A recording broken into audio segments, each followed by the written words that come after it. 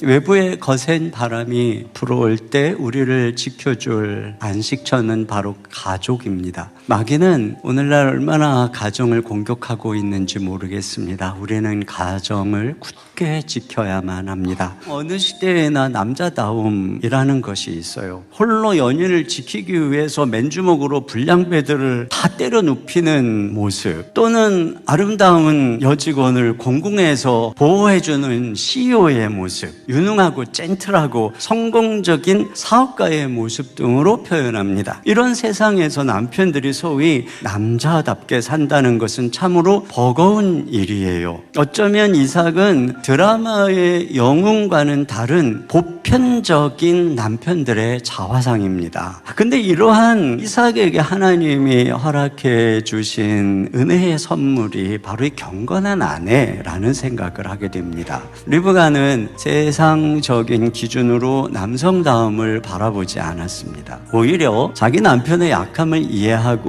존중했습니다. 리브가가 자기를 누이라고 속인 남편에 대한 상처를 얼마든지 복수할 수 있어요. 그런데 리브가가 그렇게 하지 않았습니다. 나는 당신을 이해해요. 누구라도 그런 상황에서는 그랬을 거예요. 당신은 여전히 내게 매력적이고 내가 존경하는 나의 남편이에요. 그런 아내의 품 안에서 남편이 치유되고 회복되는 것이죠. 용기와 믿음이 다시 살아나게 되는 것입니다. 여러분, 어떤 이유로든 상처가 섭섭한 게 있을 수 있어요. 그런데 그걸 상처 기록부에 고이고이 간직해서 두면 그만큼 자유의 나라에서 살아갈 수가 없는 것이죠. 그런 면에서 보면 리브가는 상처를 망각의 강물에 던져버린 것입니다.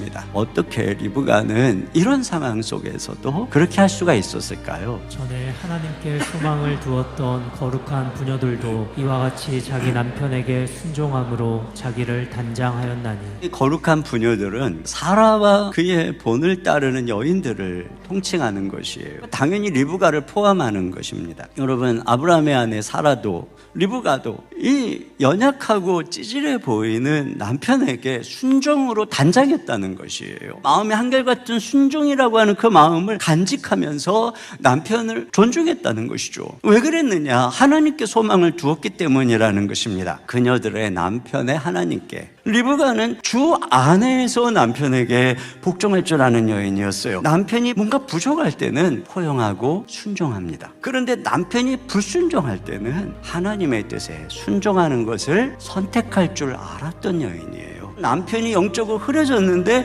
리브가가 심지를 굳게 해서 그 가장을 믿음의 길로 인도하는 거예요. 이삭은 약속을 받았지만 그가 믿음의 조상이 되어서 한 민족을 이루는 데에는 리브가가 절대적인 내조가 있었던 것이에요. 저는 이런 리브가의 모습을 영적으로 해석한다면 이 보혜사 성령님이 떠오릅니다. 여러분, 성령님은 보혜사, 즉 옆에서 돕는 자라고 하는 의미죠. 그래서 우리 신자가 하나님의 약속을 받았지만 세상에서 흔들리고 넘어질 때 성령님이 우리를 곁에서 도와주시는 거예요. 성경은 아내의 역할을 돕는 배필, 에제르라고 말하는데 이게 바로 신약의 보혜사입니다. 돕는 자. 그래서 리브가는 흔들리는 남편이 하나님의 약속의 자녀로서 굳게 걸어가도록 붙잡아주고 존중해주고 곁에서 꽉 잡아주는 거예요. 여러분의 남편의 하나님을 우습게 보면 안 돼요.